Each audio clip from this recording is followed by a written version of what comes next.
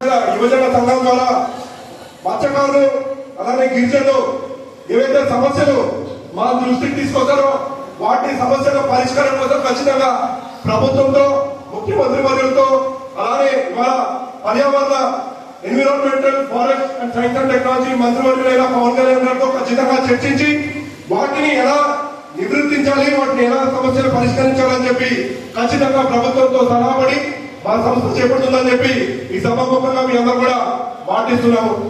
అలానే గిరిజనుల జీవనోపాధి నష్టం జరగకుండా తీసుకోవాల్సిన విధి విధానాలన్నీ కూడా ముఖ్యమంత్రి గారితో చర్చించి ఉప ముఖ్యమంత్రి పవన్ కళ్యాణ్ గారి దృష్టికి తీసుకెళ్లి ఖచ్చితంగా ఈ సమస్యలు పరిష్కరిస్తామని చెప్పి ఈ సభాముఖంగా మీ అందరూ కూడా తెలియజేయడం జరుగుతుంది.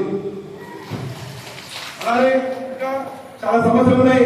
ప్రభుత్వము పర్యావరణం మీద ఎంత చిత్తశుద్ధిగా ఉందో చెప్పడానికి ఇందాకే మన బషీర్ గారు చెప్పడం జరిగింది. ఏఆర్జే సంస్థ సెక్రటరీ గారైన బషీర్ గారు చెప్పడం జరిగింది. ఇప్పటికే ప్రభుత్వము ఏదైతే ముఖద్వార పూడిక గూడూరు నవపేట వద్ద ఉన్న కూడిపోయి ఉన్న ముఖద్వార పూడిక ఇది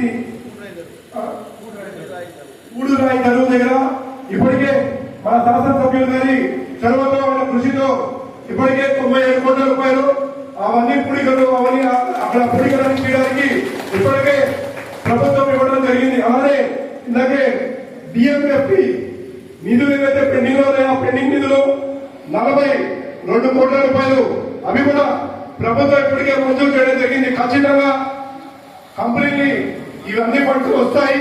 మీ జీవనోపాధాన్ని పెంచుతూ ఇంకా కూడా మేము కంపెనీని విజిట్ చేసి వాళ్ళు సిఎస్ఓ ద్వారా మీకు ఏ విధంగా మేము సహాయం చేయొచ్చో ఖచ్చితంగా అవన్నీ కూడా రానున్న రోజుల్లో మా సంస్థ ద్వారా గూడూరులో కాదు, నెల్లూరు జిల్లానే కాదు, ఆంధ్ర రాష్ట్రంలో ఉన్న ఖచ్చితంగా అనగాది వర్గాలు, గిరిజనులు, మత్స్యకారులు అలానే ఎస్సీ ఎస్టీ సోదరులందరూ కూడా ఖచ్చితంగా మేము అండగా నిలబడతామని చెప్పి ఈ సందర్భంగా మీ అందరూ కూడా తెలియజేస్తూ అవకాశం కల్పించినందుకు సభ మీద అధికారులైన పెద్దలకి అలానే సభ మీద ఉన్న ముందుగా మీ అందరూ కూడా హృదయపూర్వకంగా నమస్కారం కృతజ్ఞతలు తెలియజేసుకుంటూ సెలవు తీసుకుంటాం.